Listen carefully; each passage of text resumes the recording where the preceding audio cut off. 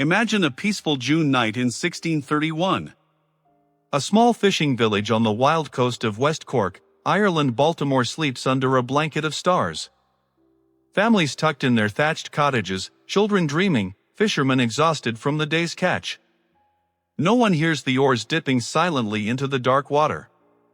No one sees the two ships ghosting into the cove, carrying over 200 armed men, Algerian corsairs, Ottoman Turks, and their Dutch renegade captain, Murat Reis the Younger. At midnight, the nightmare begins. Doors are smashed inward. Torches set thatched roofs ablaze. Screams pierce the night as men, women, and children are dragged from their beds by the hair, wrists bound with rough rope. A mother clutches her baby, a father fights with a fishing knife and falls bleeding. Over 100 souls, perhaps as many as 237, are herded like animals to the beach, thrown into longboats, and rowed to the waiting ships. They will sail 1,500 miles across hostile seas to the slave markets of Algiers. Most will never return. Most will never be remembered. This is the Sack of Baltimore, the night an entire village vanished into North African slavery. England and Ireland tried to forget it ever happened. But these were not just numbers. These were people, mothers, fathers, children erased from history. Their story is darker than death. And it deserves to be told. Subscribe and hit like if you believe forgotten horrors like this must be brought to light. In the early summer of 1631, Baltimore was a tiny settlement clinging to the rugged coast of West Cork, Ireland. A population of just a few hundred, mostly English planters sent over during the plantations, mixed with local Irish fishermen, lived in simple stone and thatch cottages clustered around a sheltered harbor. The people were poor but proud. Men like Timothy Corlew and John Davis worked the boats, hauling mackerel and herring from the Atlantic. Women tended hearths, spun wool, and raised children who played barefoot on the rocky shores.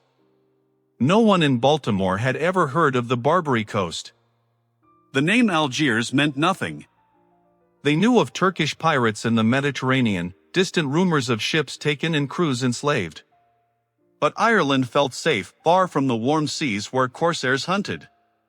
The English crown was busy with its own wars in Europe, and the Irish coast had no forts, no cannons, no militia to speak of. The villagers slept soundly, believing the wide ocean protected them. They were wrong. The man who would shatter their world was no stranger to the slave trade.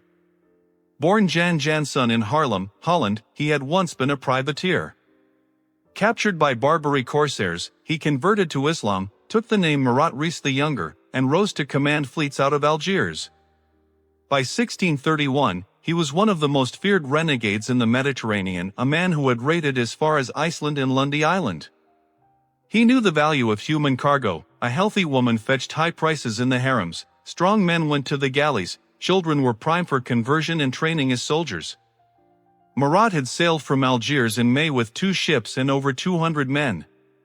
He captured a fishing boat off the Irish coast and forced its captain, John Hackett, to guide him to a vulnerable target. Kinsale was too well defended. But Baltimore? A soft, sleeping village with no defenses. Perfect. As the moon set on June 19th, the ships slipped into the cove. The raid was about to begin. The villagers had no warning. No chance to run. No hope of rescue. Midnight, June 20th, 1631. The first torch flares against the black sky. The corsairs move fast and silent at first, then brutal. 2 ships have anchored just offshore, 1 Algerian galleot and 1 smaller prize vessel. Over 200 men spill onto the beach, Moors, Turks, renegade Europeans armed with curved scimitars, pistols, and ropes. They split into groups. Some head for the upper village, others circle the harbor cottages. Doors explode inward. Wood splinters. Women scream as they are yanked from beds by their long hair. Men grab fishing gaffs, knives, anything, but they are no match. Timothy Corlew, a fisherman, tries to shield his wife and 2 small daughters. A corsair's blade catches him across the chest. He falls, blood soaking the dirt floor. His wife is dragged outside, still in her night shift, children clinging to her skirts. The raiders are efficient. They know exactly what they want: able-bodied men for the galleys, young women for the markets, children young enough to forget their past. Older people and the sick are often left behind. Too much trouble, too little value. Fires spread. Thatch roofs catch like tinder. The orange glow lights up the chaos, villagers running barefoot toward the hills, only to be cut off by men waiting in the darkness. Some hide in cellars or under beds. Most are found. A young mother, Ellen Hackett, is pulled from a cupboard with her infant son. The baby wails. A corsair silences her pleas with a slap. They are bound and marched to the boats. The raid lasts less than 2 hours. By the time the moon is low, over 100 souls, some accounts say as many as 237, are herded onto the beach. Wrists tied so tight that hands turn blue. Children cry for parents they can no longer see. The longboats ferry them out in waves. One girl, no more than 10, tries to run back toward the burning cottages. A corsair grabs her ankle. She is thrown into the boat like cargo. As the ships pull away from the smoldering village, the captives look back at the flames that were once their homes. Their families, their lives, their names already beginning to disappear. No warning. No mercy. No rescue. The two ships leave Baltimore's burning harbor under cover of darkness. The captives, men, women, children, are crammed below deck into the foul-smelling holds. Space is barely enough to lie down. No light, no fresh air. The stench of unwashed bodies, vomit, and human waste fills every breath. Wrists still bound, they are chained to the bulkheads or to each other. The youngest, a girl of 7 named Mary, weeps quietly for her mother, who lies nearby, already feverish from the shock. The voyage will take 3 to 4 weeks, depending on wind and weather. The corsairs sail south along the Irish coast, then west into the Atlantic before turning toward the Mediterranean, 1,500 miles of open ocean. Storms batter the ships. Rain leaks through the deck planks, soaking the prisoners. Water is rationed to a single cup a day. Food is hard biscuit crawling with weevils, handed out every second morning. Disease spreads quickly. Dysentery takes hold first. One man, a fisherman in his 40s, begins to waste away within days. He dies on the 6th night. The corsairs drag his body up and throw it overboard without ceremony. No prayer. No name spoken. The children watch in silence, learning early that death here is ordinary. The women fare worse. They are kept in a separate hold, separated from the men. Some are pulled up on deck during the day for inspection, stripped to their shifts, examined by the crew for signs of illness or value. A corsair with a scarred face runs his hands over their arms, checks their teeth like livestock. One young woman, barely 18, tries to cover herself. She is struck across the face until she stops resisting. Night after night, the captives hear the same sounds: the creak of the ship, the lash of waves, the occasional cry of a child. Mothers whisper prayers in Gaelic or English, but even that is dangerous. If a guard hears, he silences them with a boot or a rope's end. By the time the North African coast appears on the horizon, at least a dozen have died from thirst, fever, or despair. The survivors are gaunt, hollow-eyed, their clothes in rags. They no longer look like the people of Baltimore. They have become cargo. Late July 1631. After weeks in darkness, the captives are hauled up onto the deck. The sun blinds them. Their eyes, unused to light, burn as they glimpse the whitewashed walls of Algiers rising from the sea like a fortress. Minarets pierce the sky. The call to prayer echoes across the water. This is no longer the cold, gray Atlantic. This is the Barbary Coast. The ships dock in the crowded harbor. The captives are hosed down with buckets of seawater, rough, humiliating, meant to make them presentable. Their ragged clothes are torn away. Men and women are forced to stand naked or near naked while guards prod them forward. Children cling to mothers, but the guards separate them without hesitation. They are marched through narrow streets to the slave market, the Bagno, a large open square ringed by stone arches. Hundreds of buyers are already waiting, wealthy merchants in fine robes, Ottoman officials, shipowners, even renegade Europeans who have converted and risen in status. The air smells of spices, sweat, and fear. The auction begins at midday. Captives are lined up on a wooden platform. A crier shouts descriptions in Arabic, Turkish, and broken Italian. Buyers walk slowly along the rows, inspecting teeth, feeling arms for muscle, lifting chins to check eyes. A healthy woman between 16 and 25 fetches the highest price equivalent to hundreds of pounds sterling, far beyond what any fisherman's family could ever raise. One by one, the people of Baltimore are sold. A mother watches her two daughters aged 9 and 11 taken by different buyers. She reaches out, screaming their names, but a guard cracks a whip across her back. She collapses. Her children disappear into the crowd. Men are bought for the galleys, chained to oars, rowing until they drop. Older women and the infirm go cheap, often to households as drudge labor. Young girls are separated early, destined for domestic service or worse. By the end of the day, the village is scattered. Families torn apart on the auction block. Names erased. Identities reduced to price tags. No one in Algiers cares who they once were. To the buyers, they are simply white slaves, fresh cargo from a distant raid. And in Ireland, no one is coming to save them. The auction is over. The people of Baltimore are gone, scattered across Algiers, Tunis, and the inland towns of the Barbary Coast. No family is left intact. The men are the first to feel the full weight of their new lives. Those bought for the galleys are chained to benches, 20 or 30 to a side, oars in hand. They row from dawn until they collapse, sometimes 16 hours a day, under the whip of overseers. The skin on their palms splits open, bleeds, heals into calluses, splits again. Salt water stings the wounds. Many die within the first year from exhaustion, beatings, or the plague that sweeps the ships. A fisherman who once cast nets off West Cork now pulls an oar until his back breaks. He has no name here. He is only the Christian. The women and children face a different hell, but no less cruel. Young women and girls are taken into wealthy households as domestic slaves, or worse, into harems. They rise before sunrise to scrub floors, carry water, cook, wash clothes. They serve meals in silence, eyes down. At night, they are summoned when the master desires. Refusal means the lash or worse.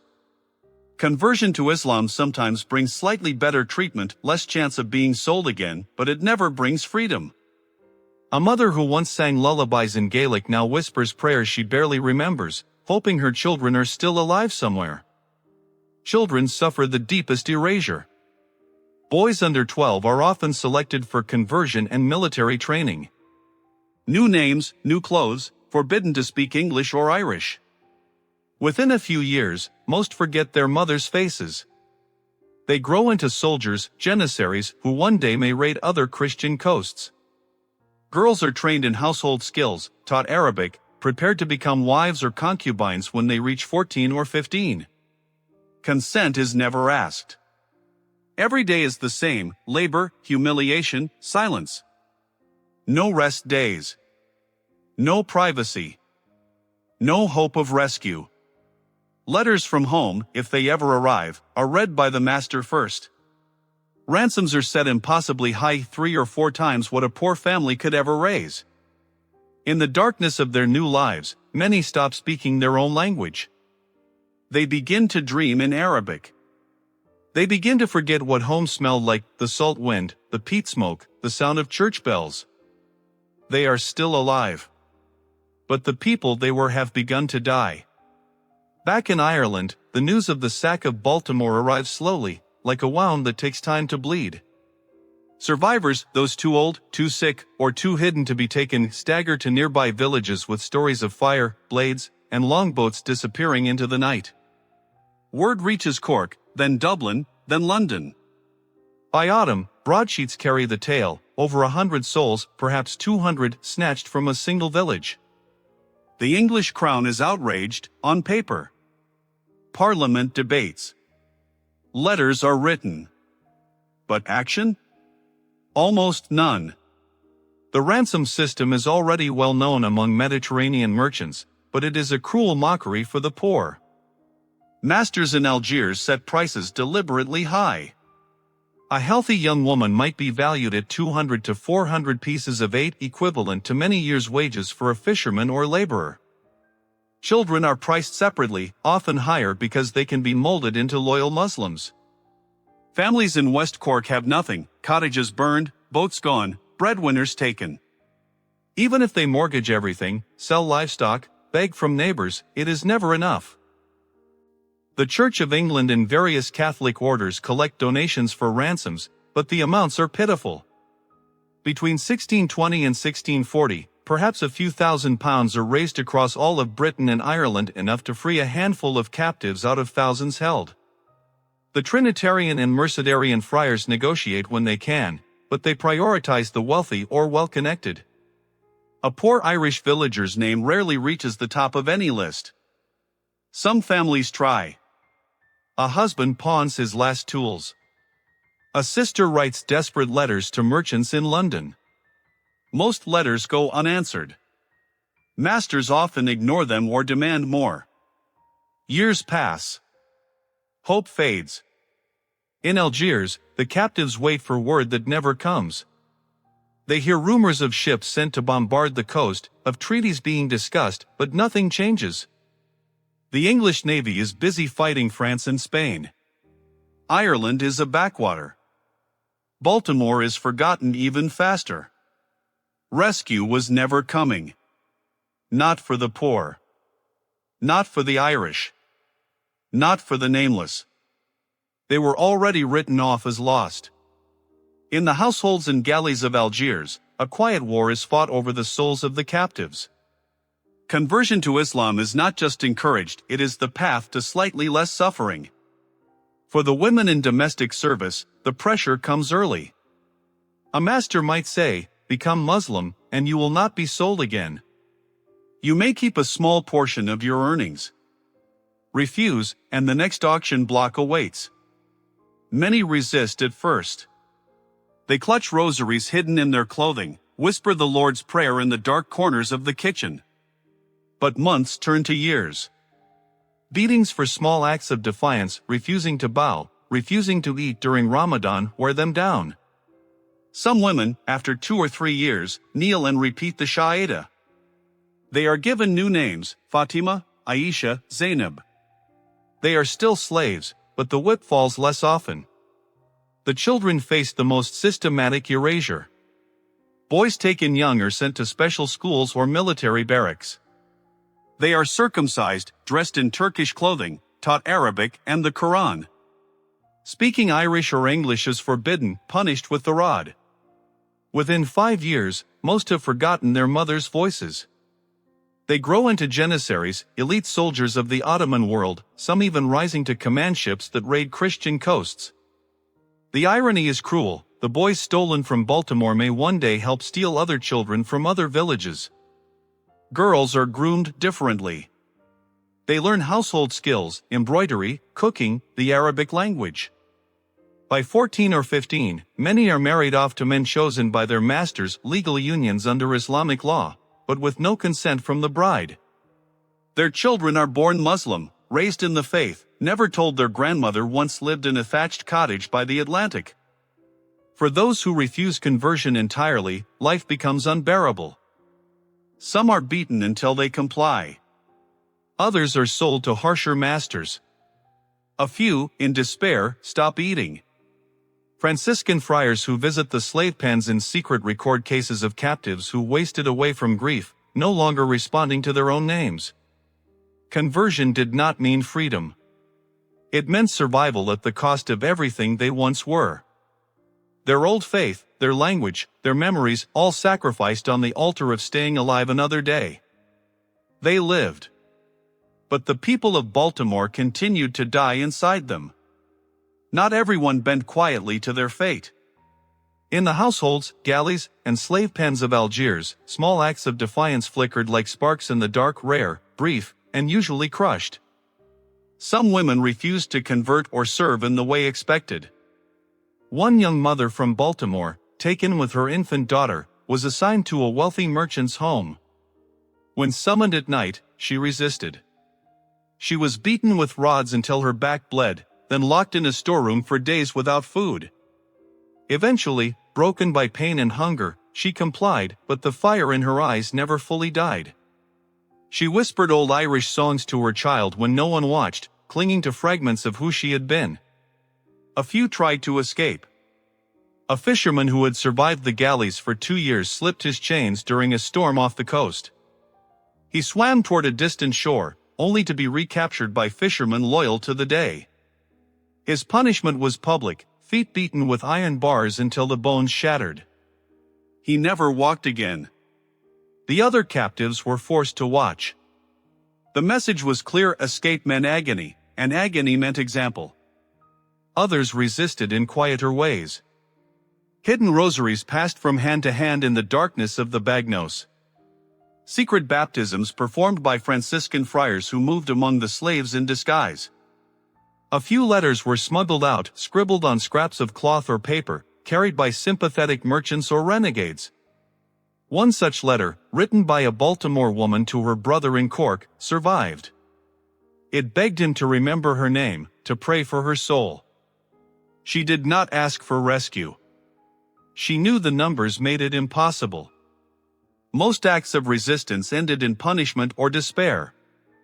Suicide was not uncommon. Some stopped eating, others walked into the sea when given the chance. The corsairs called it the Christian madness. The captives called it the only freedom left. Yet even in their defeat, these small rebellions left traces. A name carved into a wall. A song hummed under breath. A refusal to forget completely. They could not win. But they refused, for a time, to disappear entirely. Years stretched into decades for the few who survived the initial horrors. The people of Baltimore faded from the world they once knew. Most men on the galleys lasted only a handful of years. Chained to oars, exposed to sun and storm, they rode until their bodies gave out. Exhaustion, disease, or a final whipping claimed them. No graves. No markers. Their bodies were tossed into the Mediterranean like refuse. A fisherman who had braved Atlantic gales now vanished beneath warmer waves. Women endured longer, but at greater cost. In households across Algiers, they bore children often taken away at birth, raised as Muslims, never knowing their mother's origins. Some, like a young woman from the raid, bore 3 sons over a decade. All were claimed as the master's property. She was not allowed to name them. She was not allowed to keep them. By her 40s, she was sold to a new owner, her value diminished by age. She died at 52, alone in a storeroom, her death noted only in a ledger as the Irish slave. Children, the most adaptable, were the most thoroughly erased. Boys became janissaries, fighting in Ottoman wars, some rising to power without ever remembering the green hills of Cork. Girls married into local families, their descendants blending into North African society. Modern DNA tests have uncovered traces, European maternal lines appearing in Algerian populations around the 17th century. Thousands today carry the blood of Baltimore's lost children, unaware of the raid that brought their ancestors in chains. By the 1650s, the Sack of Baltimore was already a ghost story in Ireland. Official records minimized the numbers, claiming only 107 taken, ignoring the higher estimates from parish accounts. No memorials were built. No names etched in stone. England, focused on its empire, preferred to forget its vulnerabilities. The survivors lived on in fragments, a smuggled letter here, a rumor there. But their stories were buried under centuries of silence. Families back home moved on, remarried, forgot the faces of the taken. They died as slaves. But history ensured they stayed dead, erased from the tales nations tell themselves. The Sack of Baltimore was not the last raid. It was one of the most infamous. Corsairs continued striking European coasts well into the 18th century, Channel Islands, Iceland, even Newfoundland. But Baltimore became a symbol. The night an entire village could disappear into the slave markets of North Africa, and the world barely noticed. Official records shrank the numbers. English and Irish authorities reported 107 captives, perhaps to lessen the shame of their failure to protect. Local parish registers and survivor accounts suggest far more, closer to 200 or even 237. The difference matters. It shows how quickly inconvenient truths are minimized. No monument stands in Baltimore today. No plaque on the harbor wall. No statue in the churchyard. The village rebuilt, grew quiet again, and moved on. The descendants of those who stayed behind rarely speak of the night the ships came. The story faded into folklore, whispered tales of Turkish pirates rather than documented atrocity. Yet the erasure was never complete. Traces remain. In North African families, European DNA appears in maternal lines from the 17th century, silent proof that the women of Baltimore bore children who lived on. Their descendants walk the streets of Algiers and Oran today, unaware that their bloodline began in terror on a Cork beach. This history is uncomfortable. It reminds us that slavery was not only transatlantic. Europeans too were trafficked, sold, converted, erased by a system that operated for centuries with Ottoman backing. While the Atlantic slave trade is rightly remembered and taught, the Barbary trade has been allowed to slip into shadow. Why? Because it does not fit neat national narratives. Because the victims were poor, Irish, peripheral. Because acknowledging it forces us to ask, who else has been forgotten? The 237 who vanished that June night were not statistics. They were mothers who sang lullabies, fathers who mended nets, children who chased waves on the shore. Their names are mostly lost. But their story is not. It is time to speak them again. If this forgotten chapter of history moved you, leave a comment. Should there be a memorial in Baltimore? Should schools teach the Barbary slave trade alongside the Atlantic one? And if you believe stories like this deserve to be remembered, subscribe and hit like. The past is not gone. It is just waiting to be told.